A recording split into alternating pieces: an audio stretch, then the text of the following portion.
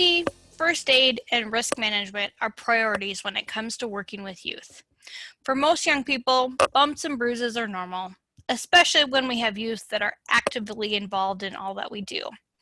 This portion of our training will focus on your role in maintaining a safe environment. As a volunteer, risk management should always be a first priority. Thinking about what you can do to prevent anyone from getting hurt. In every 4-H activity, the health and safety of 4-Hers must be a primary concern, equal to the considerations given for education and positive youth development. Youth only learn when they feel emotionally and physically safe. All adults and youth need to be ensured a safe environment. Youth emotional and physical well-being should always be at the forefront. Not only is physically safety important, but youth need to feel comfortable and confident in those leading the event.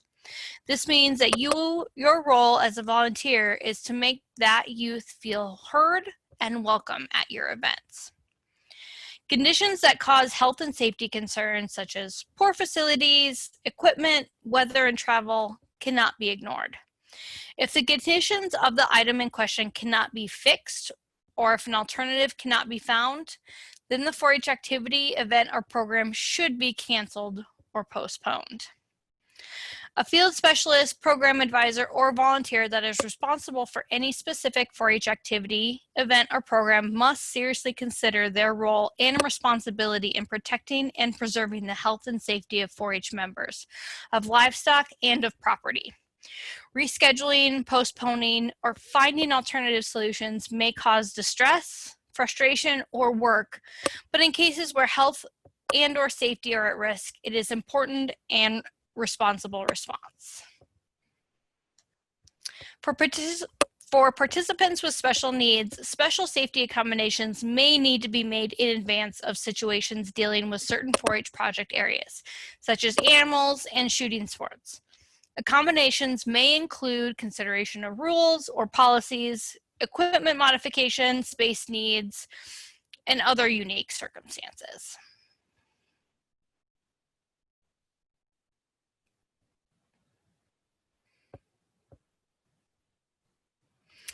A few things to consider when thinking about risk management when working with young people. A single volunteer should never be left alone with a group or an individual child, unless that volunteer or adult is that young person's parents. Two adults is the minimum at any active 4-H event or activity. If working one-on-one with an individual member or in a small group, it should be in a public space in plain view of other volunteers or 4-H professionals. South Dakota 4-H volunteers are not allowed to transport youth to 4-H events. Adult volunteer liability insurance will not cover anything that happens during transportation. The only exception is if 4-H professionals have asked volunteers to transport youth in a chaperone situation to a specific county, state, or national event.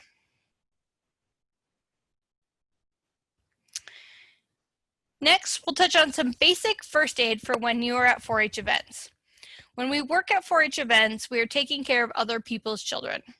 Our procedures with our own care may be different, and that is why following the established guidelines is very important.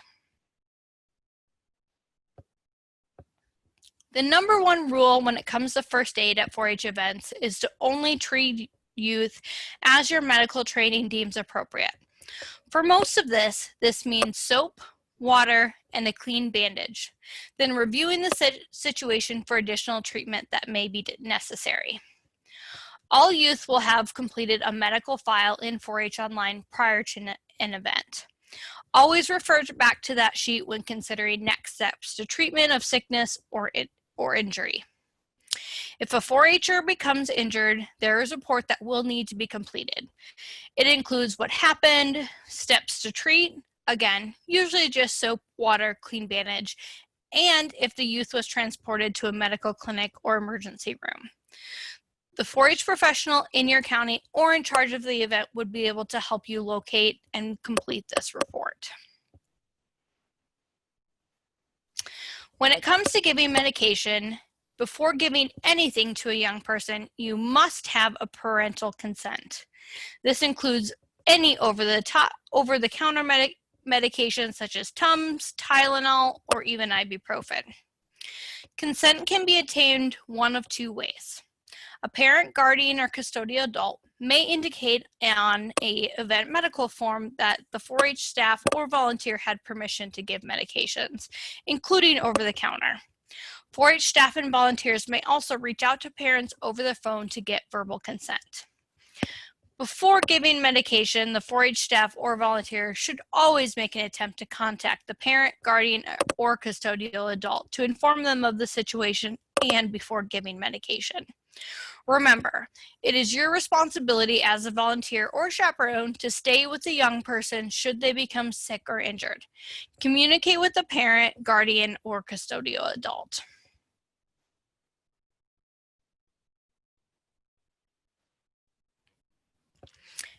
SDSU Extension and the South Dakota 4-H program believe in the right of every child to have access to safe and supportive environments. Actions against children that lead to or contribute to abuse or neglect are contrary to the values of 4-H. Such actions are inappropriate in any setting, especially when children and youth are concerned. All reasonable efforts is made to comply with the state of South Dakota statutes and SDSU guidelines if abuse is suspected. As a 4-H volunteer, we have a shared responsibility to report child abuse and neglect. As volunteers, in order to be aware of abuse, we must become familiar with their definitions. These definitions are provided by the South Dakota Department of Social Services, Division of Child Protection, and used when reporting abuse or neglect. Physical abuse. An action of the parent, guardian, or custodian in a non-accident or results in physical injuries, often occurring in name of discipline or punishment.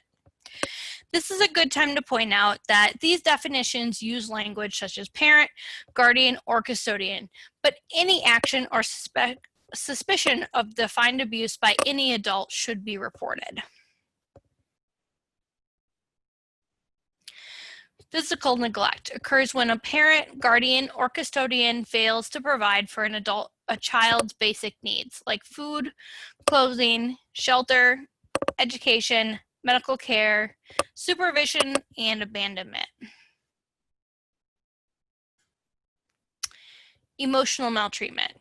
This occurs when a parent, guardian, or custodian fails to provide emotional nurturing needed for a child's psychological growth and development.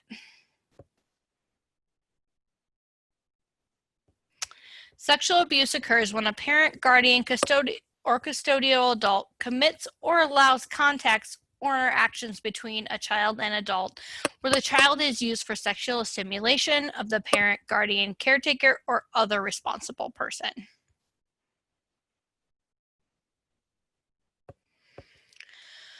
When a youth discloses abuse or you suspect abuse based on something they've said, confidentiality should be maintained and be of the utmost importance through the entire process.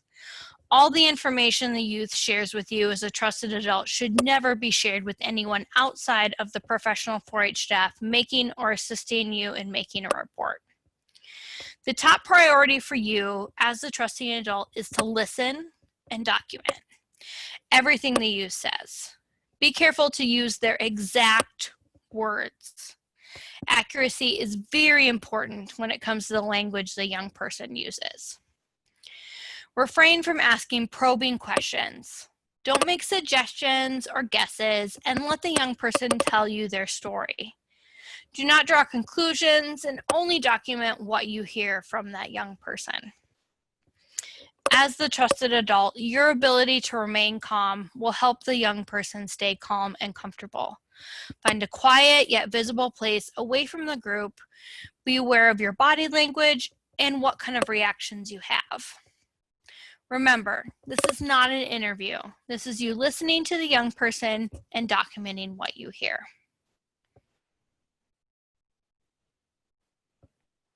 When it comes to reporting, if you believe the young person is in immediate danger, call 911. After documenting any conversations you've had with the young person, also document any physical signs you have seen that led you to suspect abuse or neglect. Contact the event coordinator, youth program advisor, or state 4-H staff in charge immediately. They will work with you to file the report. When it comes to reporting child abuse, South Dakota Codified Law 26-8A-14 protects individuals who act in good faith when it comes to reporting child abuse. Anytime that you have reasonable suspicion to believe that a child is being abused or neglected, you should file a report. When in doubt, file a report. Additional resources, training, and information can be found on the South Dakota Department of Social Services website. Of all the things we've covered in this volunteer training, we expect this to be more rigorous as time goes on. You're encouraged to stay up to date on training in this area.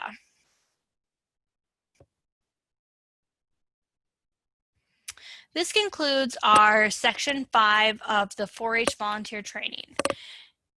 To receive credit and complete this section, please return to the course module and complete the Section 5 review questions.